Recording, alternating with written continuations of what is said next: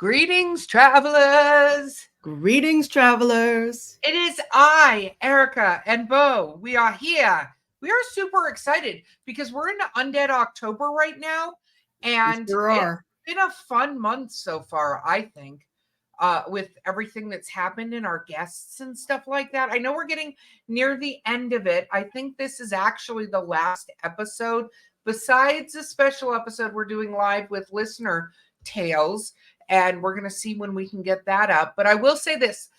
We love all the tales and all the questions you guys have been sending.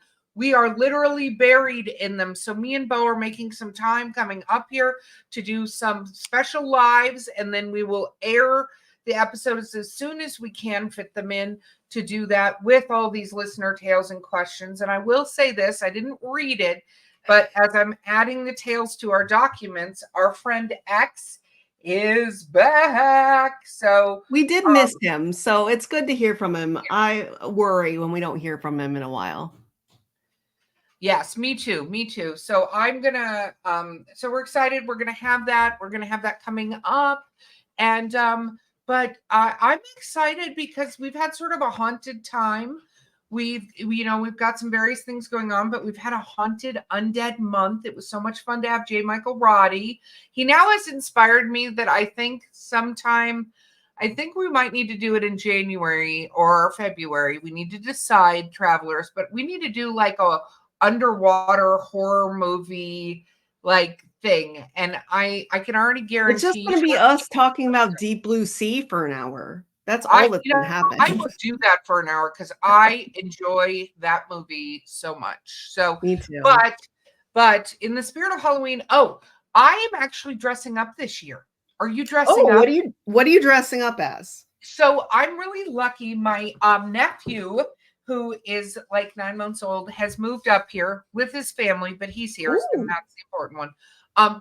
And he's moved up here, and he is going to do a whole Jurassic Park like dinosaur in a wagon where you decorate the wagon like it's one of the Velociraptor cages. So I got to talk to the other half.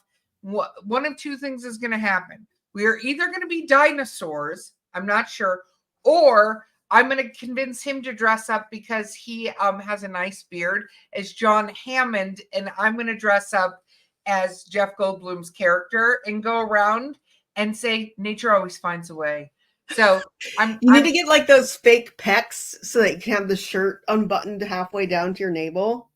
Because that's how he always looks. I mean, Jeff Goldblum is quite something to look at. So he's so handsome. He is so handsome. But the parents are going to dress up as the two, oh my gosh, the names are escaping me, but the two that are called to the island to give their thoughts. Sam Neill and the other one.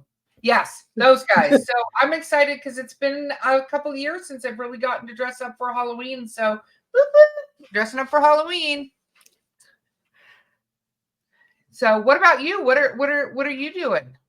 I don't know if I'm gonna dress up. It's already a big to-do to get all the kids their costumes and really figure out what they want to be. I'm thinking of getting those cool like vampire teeth and just being like a low-key vampire, just myself, but with cool fangs. I like that. I think you're gonna need to do that with when we do our 30th recording, and I will dress up a little bit with makeup too, so all of our travelers can see a little bit of spookiness from both of us. Oh, that's a good idea. We should dress up. So I think we're gonna do that. Let's do that. Okay, but what are we getting into today, Beau? Tell me all the things. You're running this one around too. What are we talking about? So today we are going to talk about another Virginia story. Shocker, I know. And this is about St. Albans Sanatorium in Radford, Virginia. Oh, a sanitarium. Is this like a mental hospital? It is, but it also kind of has the vibes of, I know we've talked about it with like Asheville and stuff where they're trying to do like mental wellness retreats and stuff like that. Like it was really popular in the early 1900s for people to be like, oh, I'm traveling to such and such to get mentally well because the air there is great or whatever, Yeah. No. Okay. I'm excited. I'm excited about this. All right. So St. Albans did not start out as a sanatorium. Oh, okay. It started out as a boys' school. The Oh, boys' school wasn't so much about learning, though. Like you would think, oh, it's an all boys school. They're going there for like a superior education, I guess, because it like had private school vibes.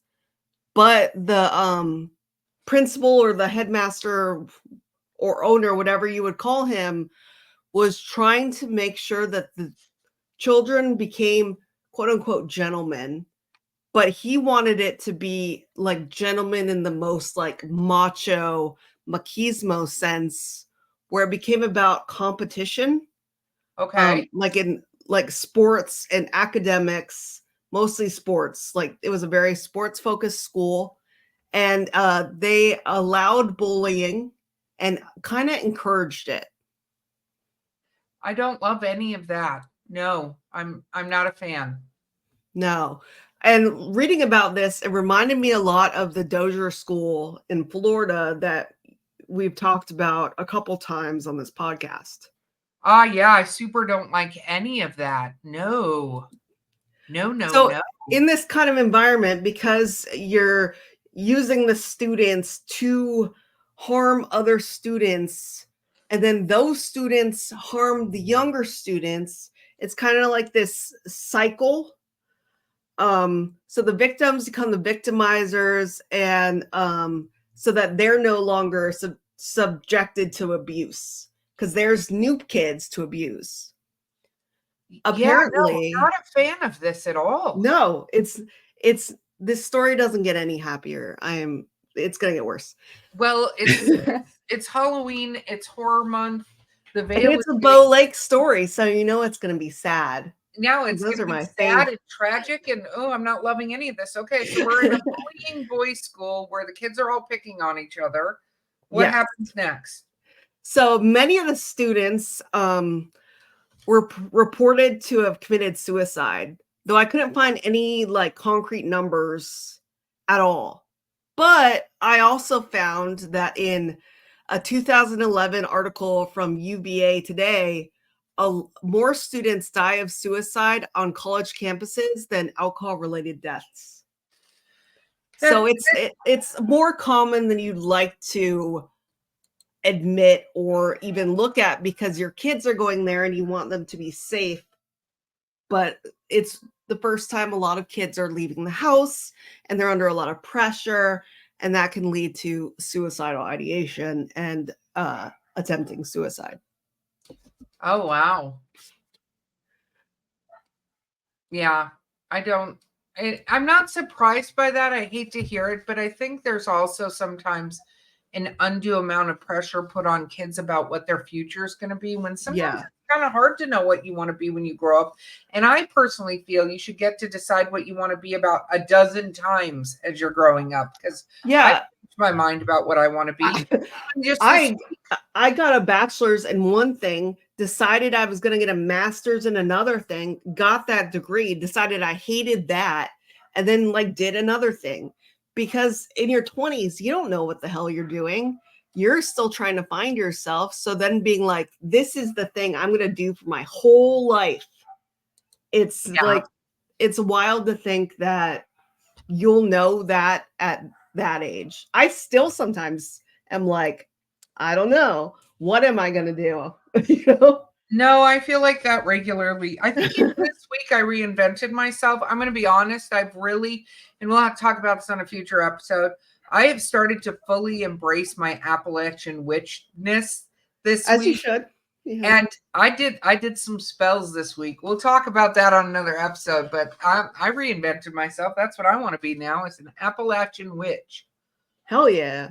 So not only were there a bunch of suicides at St. Albans, there were also a few homicides reported. Ugh. And unfortunately, I couldn't find a lot of information about this. I'm assuming it's because they don't want those records out there, you know? Like with the Dozier School, those records were like hidden in a box in a church. So I'm assuming at some point we're going to find the records from St. Albans or other boys' schools like this. And we're going to find out that they were horrific and there's bodies buried all over the place. Yeah, well, or we won't find it because they've done a very good job of burying all of that. So True. yeah, I don't. So I was kind of curious about the area where this school sits on, and I found out that the land is said to have been bloody long before anything was built there. In the early 1700s, there was land conflict between the indigenous residents and the invading European settlers. Oh, big shock there as well. I know. I read that and I was like, oh, I am surprised. Yes, said nobody ever. Yeah. In July 1975, the Shawnee attacked the colonists of a settlement called Draper's Meadow, killing 5 and taking additional hostages. The Shawnee apparently also left the colonists with some reminders of what they had done, including a disembodied head in a sack. Okay. Well, yeah, I'm hard pass on that. Sometimes you need a reminder of what you did wrong and what happened as a result. So I guess a head, in a bag is a good reminder. I don't think they needed the reminder, but No. And not only was there a head in a bag, but the Shawnee also took hostages. There's a reminder too that a bunch of the colonists were taken away. Okay. Some of the hostages were able to escape, but their journey home, which was 42 days and 1,000 miles, was rough and may have resulted in cannibalism or an attempted cannibalism. Oh my gosh. There was one woman who said in her experience that another older woman who was with her tried to kill and eat her, and she managed to get away. So that's why we think, was there cannibalism or was it just somebody tried because they were so desperate and hungry? But there were so many hostages, we don't know if that, occurred. Well, and here's the truth is that, oh my God, I can't believe I just said, here's the truth. Here's the truth. Here's the fact is there are stories all throughout history where somebody has, for instance, where cannibalism has gone into place when there isn't food and that's the only source of food. And usually they start by eating the dead, but it can, no. Oh, okay. I'm not loving any of the story. Okay, continue on though. And there was also a Civil War battle that occurred there called the Battle of Cloyd's Mountain. Okay. I could not find much information about this except that there was a battle. And I'm assuming, another, of course, moment, a lot of people died in that battle. Yes, it probably. Yeah. All right. So when the building was erected, as the boys' school, the architecture of the building is called Georgian architecture, which was really popular in like the 18th century. And that differs from a lot of the sanatoriums we've seen before that had like Kirkbride architecture, which was very long halls leading out from like a central location. Well, I think there were at the time they thought this would be like open space and things like didn't work out that way at all. Instead, it's just long and creepy. But what was this? As someone who has visited Trans-Allegheny Asylum, it does not feel wide open at all. It feels very, very claustrophobic. Okay. So this one had a lot of Georgian architecture. There was a focus on symmetry, classic detailing, like filigree and stuff like that. brickwork, gabled roofs, multi-pane windows. Apparently, unlike a Kirkbride where there were just halls running each direction that were like straight lines, this building was really maze-like, and visitors often get lost, which definitely adds to like the whole creepy factor Oh, wow. of the whole thing. Like, also imagine if you're going there as a student at the boys' school, there's a lot of places where you could get like cornered by other kids or do something that you're not supposed to be doing because no one's going to find you. Yeah. No, that's so true. And after the school was shut down, that's when it was reopened as a sanatorium and quote unquote psychiatric infirmary in January of 1916. Okay.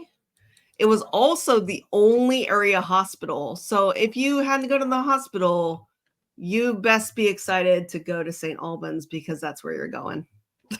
Oh, okay. I'm not loving the things that are happening at all. Yeah.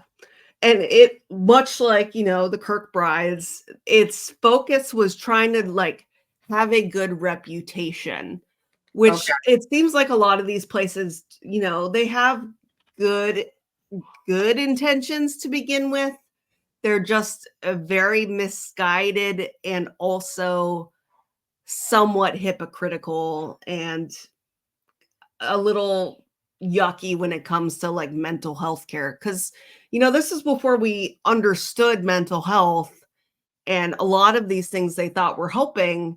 And in fact, they were just like abuses that happened to people here. Yeah, I'm not a big fan of any of this at this point.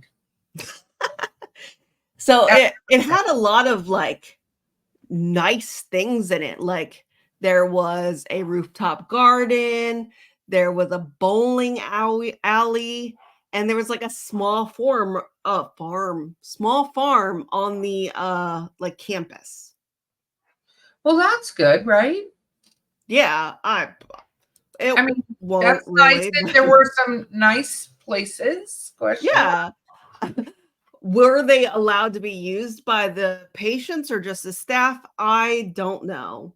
Because it seems like were the patients used to gather the crops on the farm, and then were they allowed to eat them, or were they for the staff? Those kind of like power imbalances, I'm not sure how they worked here. Or Got was it like, oh, you can enjoy the rooftop garden. Let's go bowling. This is a good therapy for you. I don't know. it. Well, you would hope so. So I'm going to, in my little mind, think that that was the case. It was either the case or intended to be the case. Let's Okay, go with that. I like that. Yes. So much like other asylums and sanatoriums of the time, the parents were why do I keep saying parents? The patients were subjected to quote unquote experimental, inhumane, and cruel treatments.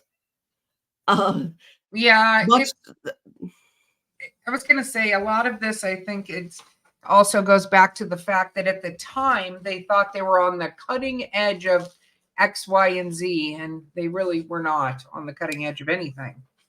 I mean, So, exactly. There's a lot of like medical stuff that we thought in the past we were doing right.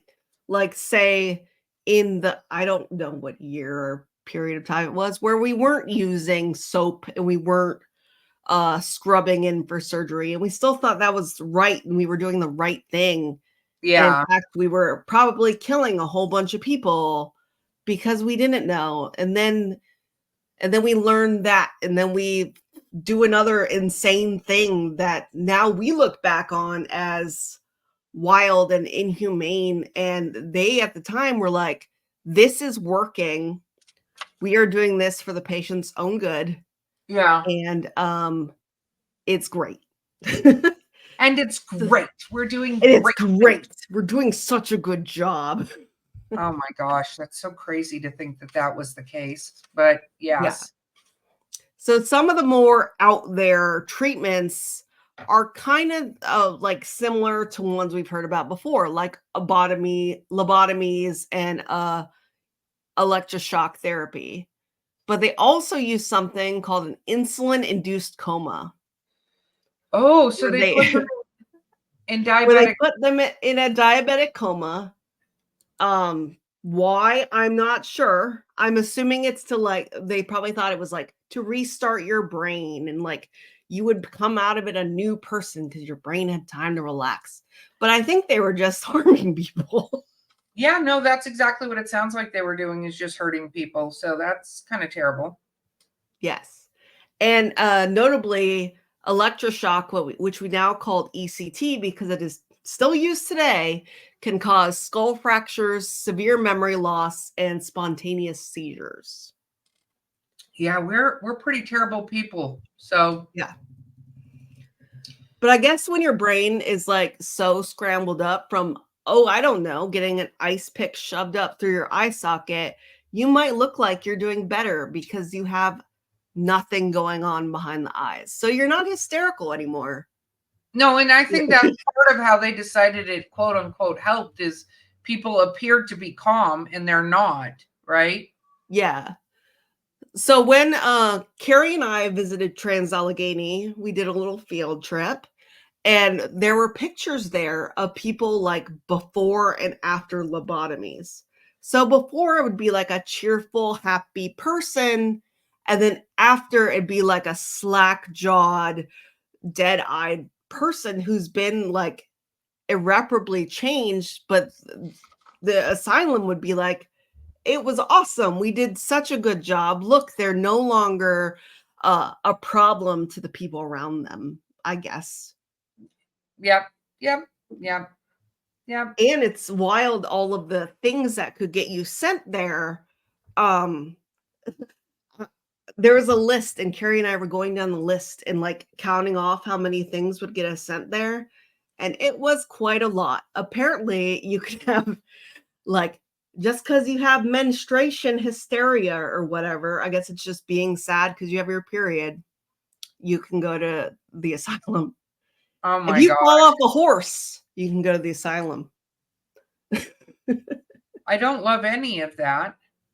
No. And another thing we saw, there were like examples of like the treatments, and there's one called hydrotherapy.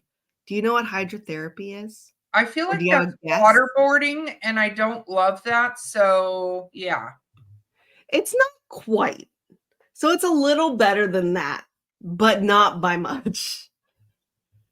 So hydrotherapy was considered effective because it could easily change the temperature of one's body, which would supposedly have positive effects on other parts of their body. So it kind of reminds me of that old like belief that the humors in your body affect other quote unquote humors, because those aren't a real thing, would affect other parts of your body and change like your mood, your behavior, all of these things. So you would treat them with like bloodletting or something of the sort, because they're like, oh, now you'll be better because we put some leeches on you. Well, so what did they do? Like dunk you in cold water? What is this? So an example of hydrotherapy is that you would be either Okay. put in a bath just for a long time, well past when you got pruny, I don't love that. being sprayed with water. And while it was not said, I'm assuming it's in the most violent way possible, like in the face and, cold water for minutes to hours at a time. Oh, I hate all Um, this. I hate yeah. all of And this is the worst one. Hours long time in cold baths or wrapped in a cold, damp straitjacket. what? Yeah. No, no. Oh, yeah. No, no, no. No, no, no. And sometimes they would do this while the patient was sedated. I guess they don't want to hear their complaining, but they want all the effects of it, quote unquote effects. I'll be saying that a lot. So they would either wrap them up or put them in an ice bath. And I know like ice baths now are kind of in vogue, but it's usually like for what, 5 minutes? that I someone would do it hope for health usually, but effects. yeah, I think those are generally for and travelers, correct us if we're wrong on any of this stuff, please. We'd love your thoughts. But I thought ice baths were generally utilized for two reasons. One, if you're trying to rapidly drop somebody's temperature, because there are certain temperatures for humans that like, what is it, above 103 or 104 for an adult or something like that, and like Yeah, like for a they start to child. get dangerous. Yeah, where you need to lower the temperature and you Or can't. else your brain is gonna like have problems for the rest of your life. Yeah. Yeah, so there's that. But I think a lot of athletes and stuff like that are use it for muscles, like when they've done a lot and with the lactic acid. And I mean, I'm not, this is no medical advice. Don't go just doing this, travelers, if you're listening to us. Erika, you're not a doctor. I am a doctor of awesomeness, which has nothing to do with medical stuff. But No, there's no certificate for it. You just gave it to yourself. I gave myself a certificate for awesomeness. What are you talking You're about? like, I printed it off on MS Word. It's beautiful. Wow. Yes, it is beautiful and it has stickers on it, and I'd like you to stop judging me. But I think that that's what it's used for, but it's used in a consensual way because they want to do that. And I think a lot of athletes have used that for a while in locker rooms and stuff to help. I don't know if that helps with muscles, helps shrink swollenness. I mean, that's what ice does, but it's consensual and it's not for a very long time. Yeah, it's like a couple minutes, whereas this was hours and hours and hours, so much so where they sedated them. Wow. Yeah. So the cold water was said to treat manic depression because quote unquote excitement, because it decreases physical activity because you're so cold and hypothermic that you become sluggish, which is better than it being excited. I do not like any of the things you're saying. They all make me mad. I'm mad about everything you were telling me so far. Yeah. And I hate this because the worst part is there are people that genuinely thought that this was helping them and helping other people. And it makes me so sad and angry to think back. And I mean, yes, some of these treatments are still utilized today, but I think there's a lot more known about them, and it's very specific what they're trying to use the treatments for. And I could be wrong, and I'm willing to be wrong, but to my knowledge, I think at least in the United States, you can't electroshock somebody without their consent to being electroshocked now. Like, it's not like you just decide they're cray and that you're going to do this. Yeah, it's either them consenting or their next of kin or their power of attorney consenting if they are not able to consent. But I feel like that's a little hazy still too, and I don't want to be saying something wrong. So if I am wrong, please let me know, because I am talking out of my ass a little bit on that one. Yeah, no, absolutely. So if you know things, travelers, please feel free. If you're a lawyer, please let us know. info@eerietravels.com. Yeah, exactly. We will repeat what is said to us. Yes. And as I'm reading this, as someone with bipolar disorder, the thought of someone being like, you know what will help you? Putting you in a bathtub that's cold until you feel tired. I don't think that would help me. I think it would make it worse. No, I think here's part of the thing too. There's a whole thing about, like, I know people want to help, but enforcing things on people. And I know there are some people that have illnesses, mental illnesses, that make them not even who they potentially are because the illnesses are so severe, like PTSD. There's levels where people are trapped in some other place in time, right? Yeah. But it's just sad to me because on top of whatever they have going on, right? And some of these, like you were talking about, are so minor, like having mood swings because you're on your period. I mean, now we're just like, have some Midol, some chocolate ice cream, and go watch the Hallmark Channel. Like, go have a good cry. You'll feel better. have a good cry, have a heating pad, a warm thing that's rub your feet. Like, it's an understanding that you're going through something physically that is painful and uncomfortable, and it does affect your mood. Where back then it was like, oh, obviously we need to, you have this mood thing and you have these cramps, so let's dunk you in an ice bath because that's Yeah. going to How make things dare right. you be a hysterical person, or worse yet, a woman?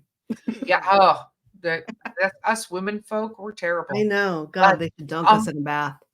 yeah, I think we need to take we're on a tangent. We're going to take a quick break and we will be right back after these messages from our amazing sponsors.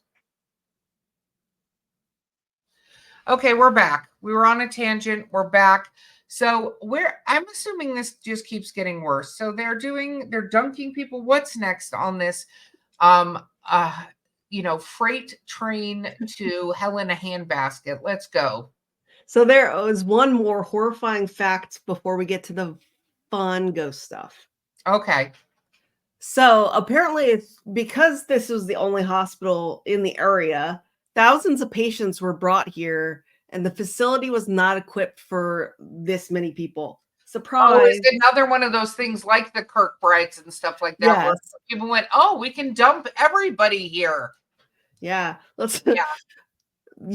this ratio is gonna make you really upset. So the staff to patient ratio was 48 to 6,509. Oh my God. Like, you Yeah. wouldn't even know, you wouldn't even be able to look at every one of these people that you were assigned. Oh my, No. repeat those numbers to me again. I'm pulling out the calculator. How many patients 48, 6,509. divided by Or 48? yeah. Let's just say that is 136 people per person. That you'd have to see every day. Yeah, there's not enough time to even talk to them for more than, No. yeah. A second, or maybe make eye contact with them. And That's this it. wasn't like these were a doctor for everything, because these were the doctors, No. the nurses, the janitorial staff, the kitchen staff, probably cooking food. Like, oh God, that's so terrible. Imagine cooking for 6,509 people. I But don't that's not love that. even the amount, because it's 6,509 times 48 is the amount of people who are there, which is an insane amount of people in this one building. Yeah, no, that's that. No. And obviously, this didn't help the conditions at all. I'm assuming people were packed together. Hygiene was really bad. A lot of patients were probably ignored the entire time they were there. I'm sure there were staff abuses, patient abuses. I don't think this was good in any capacity ever. No, it sounds like, this is another one of these places where the road to hell is paved with really good intentions, but no, this is no, nope, nope, nope, No. nope, nope. So I have a little game for you. Oh God. I want you to tell me what year you think this sanatorium closed. Okay. I already know I'm going to be very displeased and wrong, because immediately in my mind is like, I want to go, this place had to have closed in the 40s, right? I already know that's not the answer at all. And so if I'm going to take an educated guess into what, like, because of the things Mark has told us and stuff like that, let's go with the 1990s. You are correct. Okay. Oh, I didn't like being correct. I don't want to be correct in that at all. No, I hated being correct in that. No. Though I do think that the conditions did get better around the 60s, because it did change hands at this point. It was Okay. bought by a company who ran the hospital / sanatorium until the 90s when it closed. Okay. So it was scheduled to be demolished. This was the plan. But that's the plan with a lot of these places, like Trans-Allegheny. I keep bringing that up because that's the only one I've been to. Waverly, all these places, they're like, let's bulldoze these, forget about them, forget about the atrocities that happened here, because it doesn't look good, Yeah. No, they always want to close it up and pretend like it didn't happen. One thing that I thought of too with why we might not see anything on the children is that when people are considered minors, a lot of times the records are sealed, but Yeah. my guess is that they're not even kept. So, okay, so the 1990s, even though it had 30 years of getting better, it couldn't have gotten that much better because I think it was the 80s when Geraldo Rivera started doing all of his expose, like Yeah. showing how bad a lot of these places were. Yeah. I think it was Staten So, Island, where yeah. he went and stayed. Um, so the plan was to demolish it, but then it was purchased by a former patient. What? And yes, a former patient purchased it and decided that they were going to give historical tours and paranormal tours, which I think is a really great service for the community. And it really speaks to how strong that person must be to be going to this place every day, seeing stuff related to this place on their bank account, and knowing that they are helping get the word out there about like what happened. Oh my God. No, I don't think I could do that. Okay. Yeah. So when did they purchase it? I'm not sure because the only data I could find was the 60s when it changed hands. I'm assuming when it was around time for it to be demolished in the 90s or early 2000s is when they purchased it. Okay, so they purchased it, and I'm assuming they didn't like clean it up or anything. They just gathered and put together the historicalness of it, right? This is funny because this was going to be my next point. So when we were at Trans Allegheny, the main building, pristine, beautiful. They've updated it.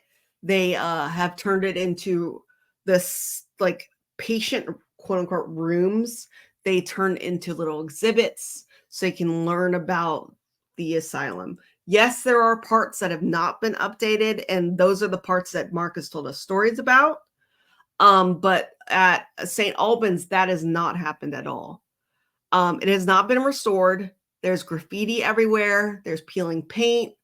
Vandalism and theft were very common here, especially in 2003, because that was when it was like unoccupied. There was no one doing work in there. There was no one, trying to turn it into a tourist place. So according to some sources, Oh, but now this I'm looking at this building. I know, isn't it kind of Oh, beautiful? no. Look at the outside, it's beautiful. No. No. But you don't think any of these buildings are beautiful. Like No, I don't I, because I can I see the sent you vibes pic- from I them. So sent you pictures of Trans Allegheny, and I was like, "Isn't this beautiful?" And you were like, "No." no. You have a love for it, but like you look at this place, and if I was being brought forward, it actually kind of reminds me of an old school. Like looking at it, Yeah, it it does very much have an old school vibe, yeah, no, and it I mean definitely that in every sense of that phrase.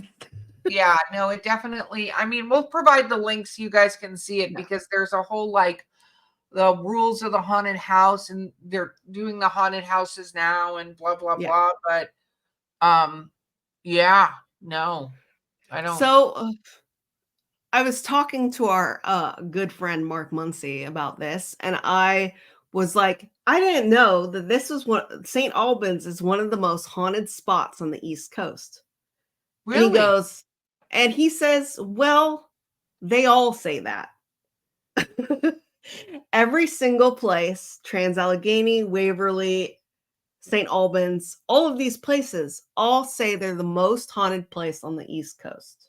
Oh wow. Because who's going to prove it? There's no way to quantify hauntings. There's no way to even like at this juncture, we can't even 100% prove hauntings. So you can just say stuff like this. Who knows? Well, and we talk about this a lot because I look at that place and think to myself, I'm not going in there. Um, and you look at it and think, I'm going in there. I I know would that's like what to go in there. that makes us the yin to the yangs on this show. Yes. But I think the truth is there's so much negativeness and so much horribleness that happened, I don't see how it can't not have something, and I'm not saying ghosts, but something kind of stuck there because, Yeah. it would take, I think, a really obscene amount of positive energy and stuff like that, like almost a balance. Like, I know we Yeah. joke, but like in Ghostbusters too, where they get everybody to sing with the Statue of Liberty and like try to break the negativeness that's in the city. I know it's Yeah. cheesy, travelers, but go with me on this, is that you've got to think that that place opened in 1916 and didn't close its doors really until in 2004 it was abandoned. So Yeah. at least for their website. So if you think about that, you go, that is almost 100 years. What is that? 90 something years of not positive things happening in one location on top of what And happened even if it had been just a normal hospital without all these atrocities, there's so much horrible stuff that happens at hospitals, like, that I wouldn't doubt there was something there.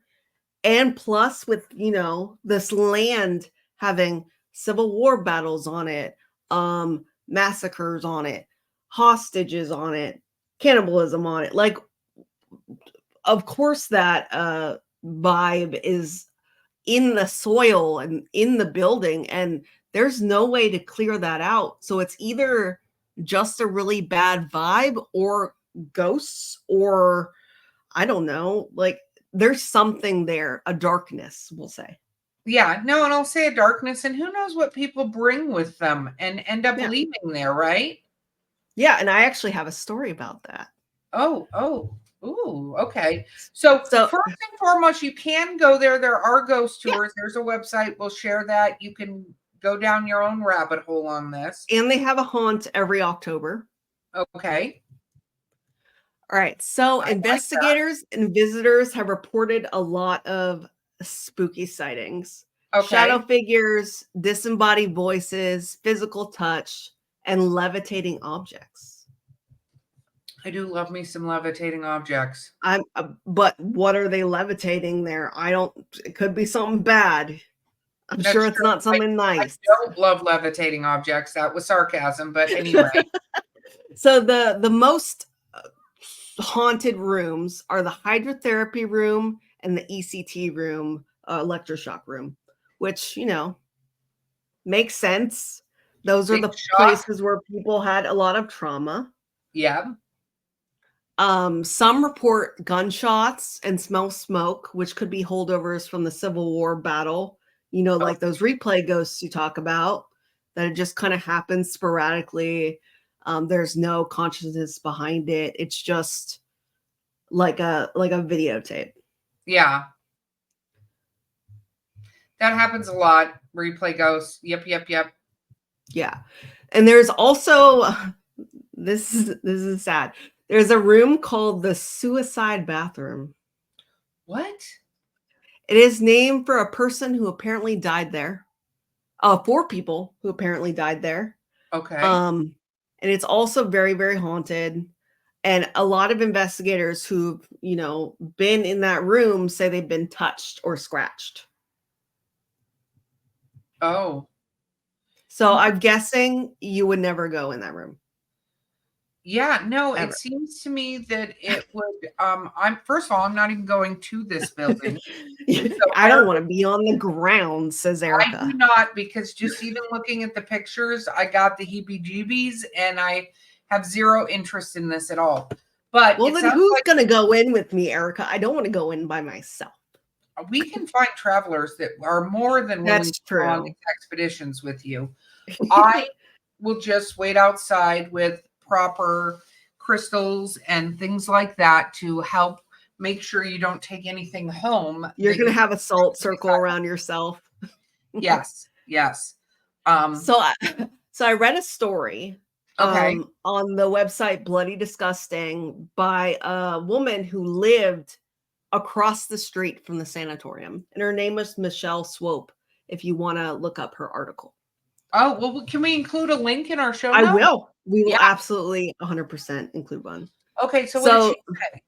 so she reported that there was a heaviness as soon as you entered the building, which is something we've discussed a lot about feeling at these different locations.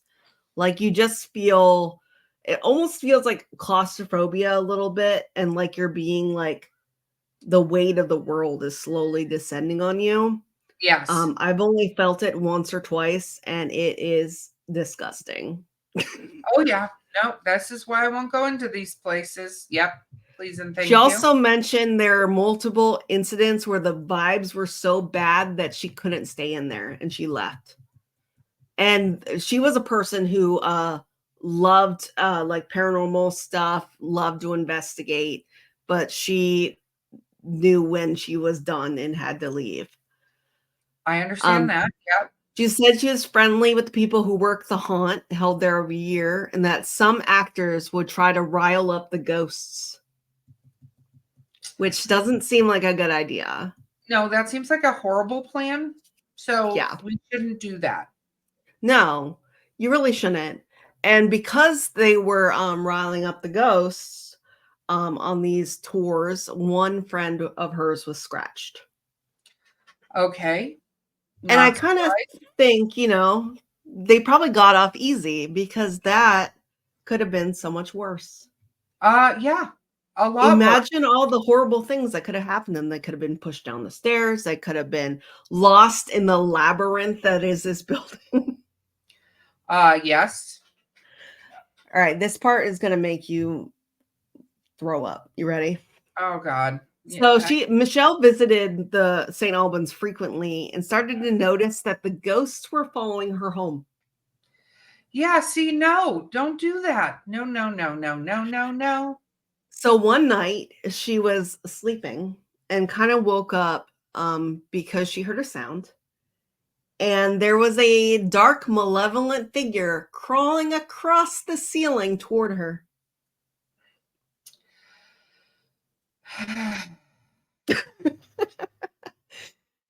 Are you No. just picturing it? No, I'm not because no, hard pass. It reads like something out of like American Horror Story or like the movie Hereditary. I just imagine the mom scrabbling across the ceiling. Yeah, I don't love any of this that you're describing. Thank you. You're welcome. So she called out to her husband in the other room, and when he came in, a light bulb blew out. So they were like plunged into darkness. They did eventually do a cleansing ritual on their apartment, but it didn't seem to remove the palpable negative energy. So when they moved away. Yeah, no. This is why you got to be careful going into these places. And travelers, I'm just going to say this. There are so many different methodologies and stuff like that, but you've got to be careful because some of these things do go, oh, I can go with you. I'm going with you, and Mhm. whatever that is. Because I think it's a ghost that was crawling across our ceiling? No, I do not. I think it was something else. But you walk into a place like that enough times, they're like, oh, I can leave with you. I'm going to do that. Yeah, and after she moved away, luckily everything stopped. The activity in the house stopped, and luckily the ghosts decided to go back across the street to the asylum and hang out there. I am glad they did that for her too, but was not making great choices. I'm just going to say it. No, You did not make good choices. No. no. But I found this whole story interesting because it's one of these places that I've never heard of. And I've lived in Virginia since I was in 8th grade, which was years ago. I'm not going to say how long ago that Years ago. Yeah. was. Yeah, yeah. Yeah. No, I've done that. And I even looked at the college there, and I still didn't know about it. So I feel like it's one of those places that isn't well known, and probably should get more recognition because then people would hear more about mental health care through history. and how it's been No, it and sounds how like, it's improving and can yeah, still improve. no, I think that's really the message we can say to this. So, travelers, this is definitely should be a spot you should go check out. It looks like you can do private investigations if you want to, and you can go during the time they have their haunts. They have a bunch of rules. Please follow the rules. Don't just show up there. Reach out to the owners to work out a time for you to be there. But it definitely sounds like something we need to keep the history of in Mhm. place. And Beau, I love this journey other than I love that you did this journey. I don't love this journey. Sometimes our journeys have to be a little uncomfortable so that we can learn. Yes, that is true. Is there anything else you want to tell us before we wrap this up? Not that I can think of. Just take care of your mental health. Yes, and not the ways they Take your describe medicine. it. Take your Yeah, medicine. Your mental health is your responsibility, but it is not your fault. There we go. yes. I No, butchered that quote. I like that. We're gonna see if that ends up on bumper stickers. But Oh, it already is. It already is. I stole that quote from last podcast on the left. They say it all the time. And I think it's important to think about in that, we can't help what has happened to us or what's going on in our brains, but we can help each other and help ourselves. And knowing stories like this one can help us learn what not to do.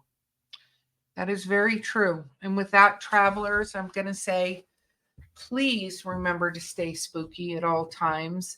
And when Yes. visiting places like the St. Albans Sanitarium, remember to bring your protection in whatever shape or form that is. State your intention before you go in there. Make sure you notify the residents corporeal, whether they're corporeal or not. But And remember to say goodbye when you leave so that they yeah, don't come home with you. and I was going to say, remember to say goodbye when you leave. Otherwise, you could end up in an ice bath or an icy straitjacket. And Oh, then we would have no choice but to see you on the other side.